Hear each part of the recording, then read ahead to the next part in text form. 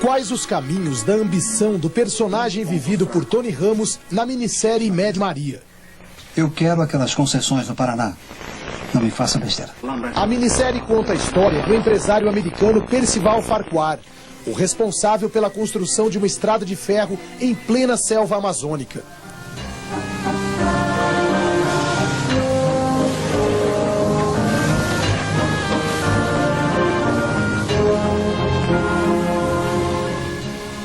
E foram os trilhos de outra estrada de ferro que trouxeram os negócios de Farquhar ao Paraná. A ferrovia São Paulo-Rio Grande, um projeto arrojado para o início do século passado.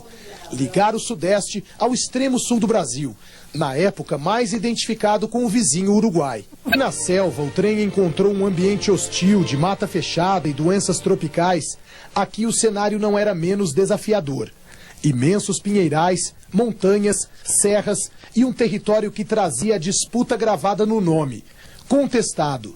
Uma área de 48 mil quilômetros quadrados, maior que o estado do Rio de Janeiro, esquecida pelo Império e pela República e pretendida por Paraná e Santa Catarina. A comparação de um mapa dos limites atuais do estado com outro da época mostra que as terras envolvidas na disputa deixariam o Paraná bem maior do que é hoje. Há mais ou menos 100 anos, a divisa legal entre os estados do Paraná e de Santa Catarina se estendia até esta região, onde hoje fica a cidade de Caçador.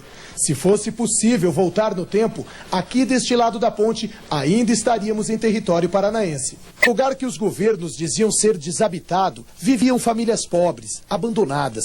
Caboclos que tiravam o sustento dos pinheiros e da erva mate. Em vez de esperança de progresso, a chegada do trem trouxe revolta.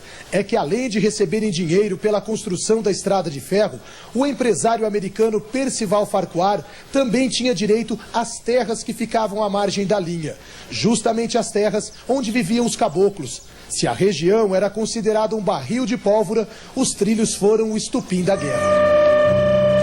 No momento em que o Farquhar vem com as suas lâminas de aço, que eles chamavam, que são as serras, né? E derruba o pinheiro, o caboclo assiste a derrubada do seu sustento. Então, e não há diálogo. Ele não consegue falar com o Farquhar, nem com o engenheiro, nem com o dono.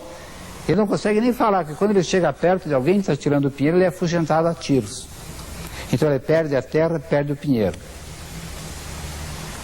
Guerra, né? Na época, Farquhar já não podia contar com os negros escravos que haviam conquistado a liberdade. Por isso, contratou trabalhadores de todo o país e trouxe imigrantes para fazer o serviço. A exploração dos empregados e os métodos de Farquhar mostrados em Med Maria se repetiram no sul do Brasil. Então, para o Farquhar, tivesse que matar, ir poceiros na estrada, tirar índios daqui, tudo isso era normal. Não era uma coisa condenada pela sociedade. Tanto que não é condenado.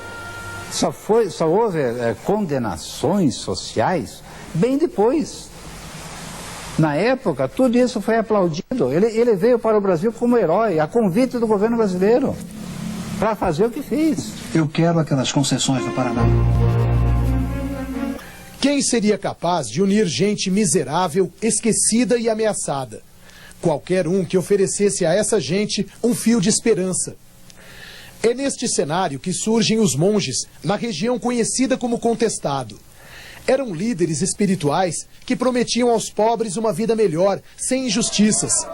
Em torno desses monges, os caboclos se juntaram para defender o único bem do qual acreditavam ser donos, a terra onde moravam. Então o caboclo luso brasileiro, ele ouvia muito os monges que perambulavam pela região, que eram pregadores, eram eremitas, eram religiosos, eram curandeiros. Então é um povo fácil de ser dominado, é um povo de ser levado por qualquer história.